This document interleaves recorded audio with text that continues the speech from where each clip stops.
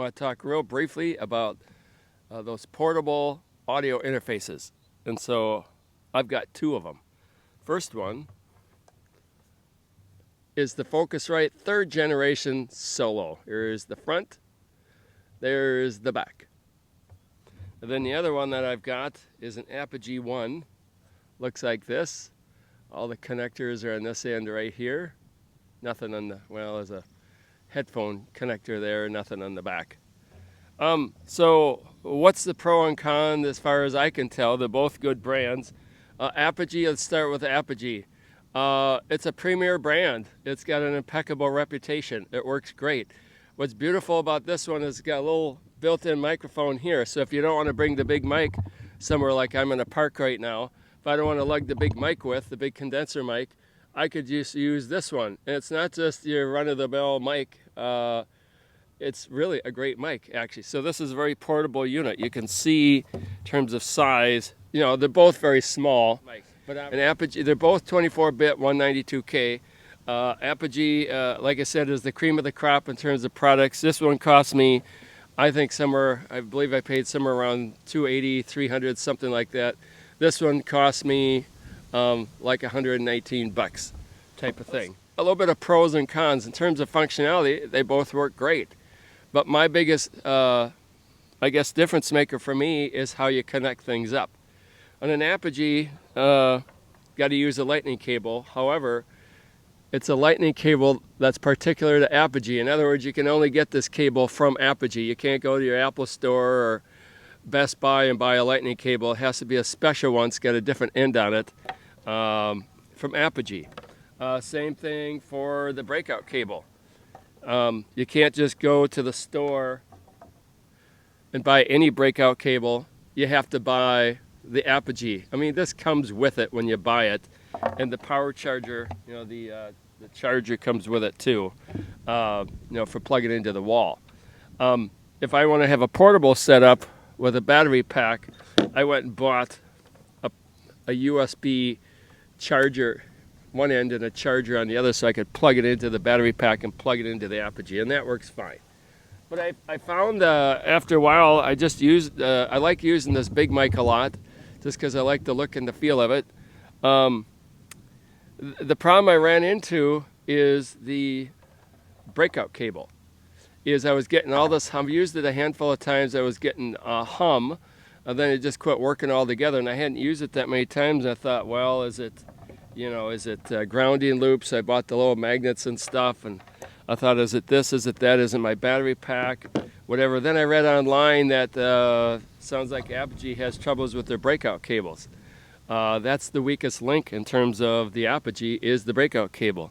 So I finally ordered a brand new breakout cable, and lo and behold, that was the problem. No more hum. I mean, the problem I was having is when I try to use the internal mic always works great, but when I try to use the big external mic, I was getting, like I said, hum, and then it just quit working altogether.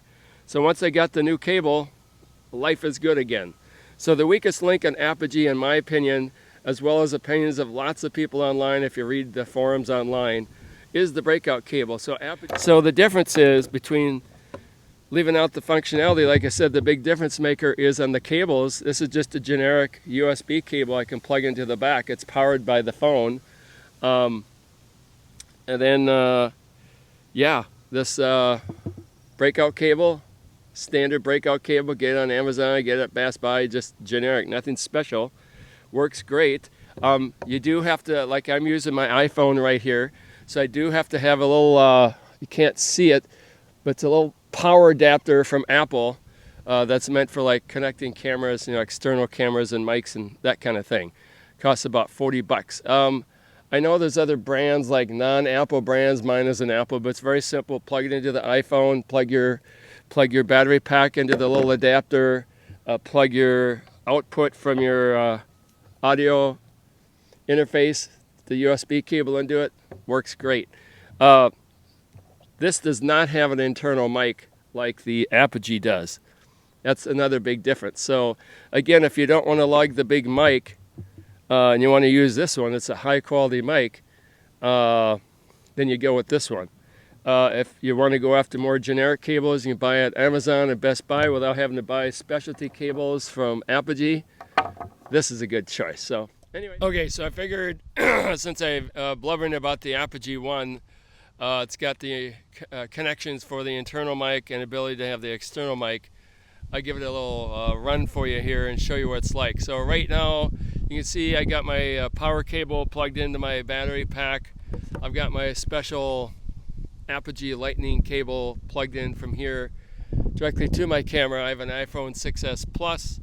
I can adjust the decibel level with this knob. If it goes red, it's too high. You want green, yellowish kind of thing. So this is the internal mic. And see how nice it is. It's small. You don't have to have a big, huge mic type of thing. And I like doing portable. I like going to parks and plazas and different places. So it's nice and portable. All right, so I thought I just, since I ran the internal mic on my Apogee 1, I should connect the external mic so I can show you what that looks like. Yeah, there's a couple of slight differences between terms of hooking up the external mic and the Focusrite. Okay, so on the Apogee 1, remember I've got the specialty cables that I have to get only from Apogee. So here's the top of it. You can see this is the XLR connector right here. Here's the XLR connector right here.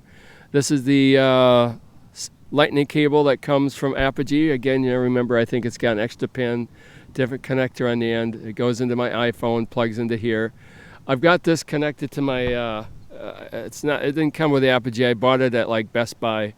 It's a USB power cable, so I can plug into this guy to power it up because I'm here at a park. There's no electricity.